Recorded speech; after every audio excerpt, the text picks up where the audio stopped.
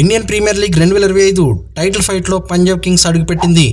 ఈ లీగ్ చరిత్రలో రెండోసారి ఫైనల్కు అర్హత సాధించింది. ముంబై ఇండియన్స్తో ఆదివారం జరిగిన ఐపీఎల్ 2025 క్వాలిఫైర్ 2లో పంజాబ్ కింగ్స్ సత్తా చాటింది.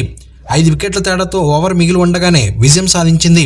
పంజాబ్ కెప్టెన్ శ్రేయస్ అయ్యర్ 41 బంతుల్లోనే 87 పరుగులతో నాటౌట్గా నిలిచి 5 4లు 8 సిక్సర్లతో ఆకాశమే హద్దుగా చెలరేగి ఆడి జట్టును గెలిపించాడు.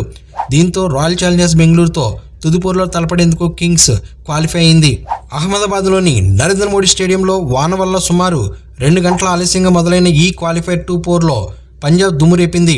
5 సార్లు ఛాంపియన్ అయిన ముంబై ఇండియన్స్ను ఇంటిబాట పట్టించింది.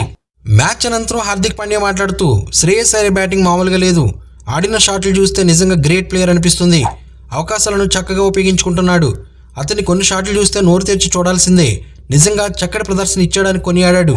పంజాబ్ కింగ్స్ బాగా బ్యాటింగ్ చేశారనడంలో ఎలాంటి సందేహం లేదు. పిచ్ మీద 200 స్కోర్ పర్వాలేదు అనిపించింది, కానీ పెద్ద మ్యాచ్ల్లో బౌలింగ్ యూనిట్ ఎగ్జిక్యూషన్ చాలా కీలకం. వాళ్ళు చాలా డిసిప్లైన్గా ఆడారు, మమ్మల్ని ఒత్తిడిలోకి నెట్టారు. మేము ప్లాన్ చేసిన విధంగా ఎగ్జిక్యూషన్ చేయడంలో విఫలమయ్యామని తెలియజేశాడు. మేము చేయాల్సింది ఏంటంటే సరైన లెంగ్త్లో బంతులు వేయడం, సరైన సమయంలో సరైన బౌలర్ను ఉపయోగించడం. ఇది జరిగి ఉంటే ఫలితం వేరేలా ఉండేదేమో. ఇప్పుడు వెనక్కి తిరిగి చూస్తే 4 ఓవర్లో 41 పరుగులు అవసరం ఉన్నప్పుడు బుమ్రాని బౌలింగ్కి తీసుకురావాలా అని అనిపించింది, కానీ అప్పుడే తీసుకురావడం తొందరైపోయేదేమో కూడా. ఎందుకంటే బుమ్రాకు 18 బంతులు మిగిలి ఉన్న జస్ప్రీత్ బుమ్రా ఏదైనా మ్యాజిక్ చేయగలడు, కానీ ఈరోజు అది చేయలేదు.